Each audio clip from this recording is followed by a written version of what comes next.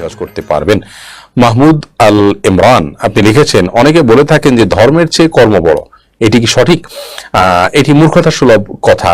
ধর্ম তো কর্ম ছাড়া হয় না, অতএব ধর্মকে কর্ম থেকে আলাদা করে সেটাকে বড় করে দেখার কোনো কারণ নেই। অনেকে এই জাগতিক যে কাজ আছে, উপায় উপার্জনের জন্য যে মানুষ চেষ্টা কসরত পরিশ্রম করে থাকে, সেটিকে বড় করে দেখাবার জন্য এই ধরনের কথা বলে থাকেন। এগুলো অনেক ক্ষেত্রেই আমাদের ঈমান এবং আমাদের বিশ্বাসকে ঠুনকো করে দেয় এবং দুর্বল করে দেয়।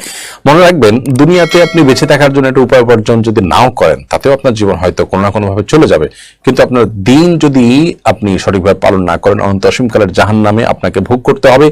যদি আপনি আখিরাতের উপর বিশ্বাসী থাকেন, তাহলে এই মূর্খতা সুলভ কথা আপনার মুখে মানায় না।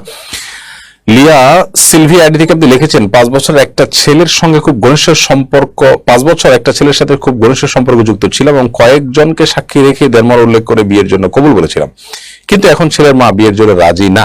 এখন আমরা কি করতে পারি এবং গুনাহ থেকে বাঁচতে পারি? কোন ভালো আলেমের কাছে আপনারা উভয়ে চলে যান এবং আপনাদের বিয়েটার পরিস্থিতি কি, কোন পর্যায়ে আছে, সেটি আপনি জানার চেষ্টা করুন এবং এর মাধ্যমে আপনি সমাধান নিন। কারণ আদৌ আপনার বিয়েটা হয়েছে কিনা, বিয়ের শর্ত সেখানে পূরণ হয়েছে কিনা সেটি দেখতে হবে। এরপর আপনার করণীয় সেখানে ঠিক করা যাবে যে আপনাদের কি করা উচিত বা উচিত নয়।